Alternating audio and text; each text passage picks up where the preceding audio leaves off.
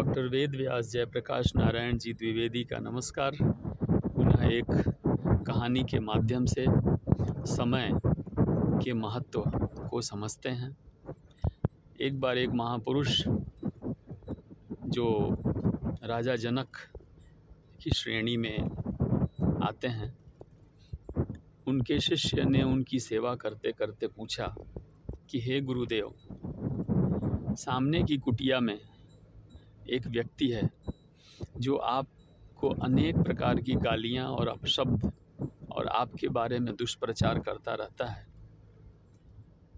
गुरुजी ने कहा, तुमको अत्यंत उत्कंठा है यह जानने की। एक काम कर सकते हो, तुम उसी के पास जाओ और उसी से पूछो कि वो मुझे क्यों बदनाम करने का प्रयत्न करता है।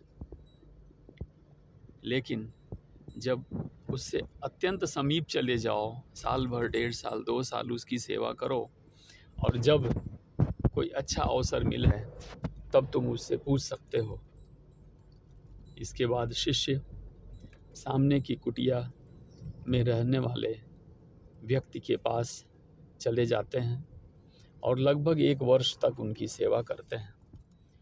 1 साल की सेवा के पश्चात एक बार अवसर मिलता है और उसमें धीमे से नए गुरु से पूछा कि गुरुदेव, आप सामने वाले महापुरुष गुरुदेव को इतनी सारी गालियां क्यों देते रहते हैं?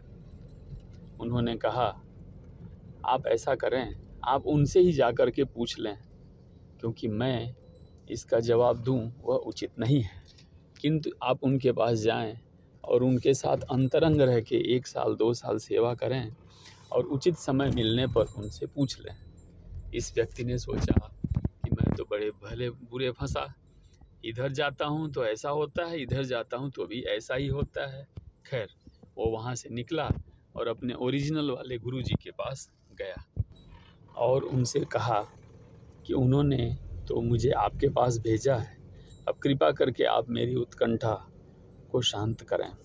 गुरुजी ने कहा, शिष्य, वो मेरा ही शिष्य है और उसको हमने वहाँ जानबूझ करके इसलिए रखा है कि जब भी कोई मुझसे मिलने आवे तो पहले उससे मिले।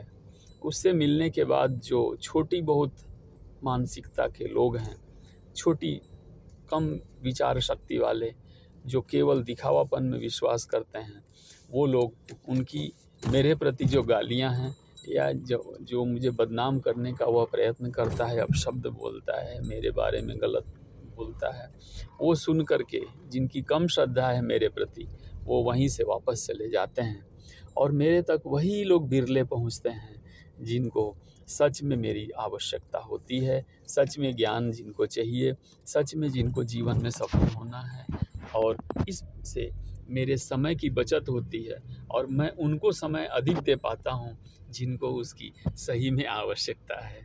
मित्रों, हमें यह ध्यान रखना है कि हम समय किसको दे रहे हैं, हम किसके साथ अपना समय व्यतीत कर रहे हैं, हम कितना समय किसके साथ रहकर बर्बाद कर रहे हैं।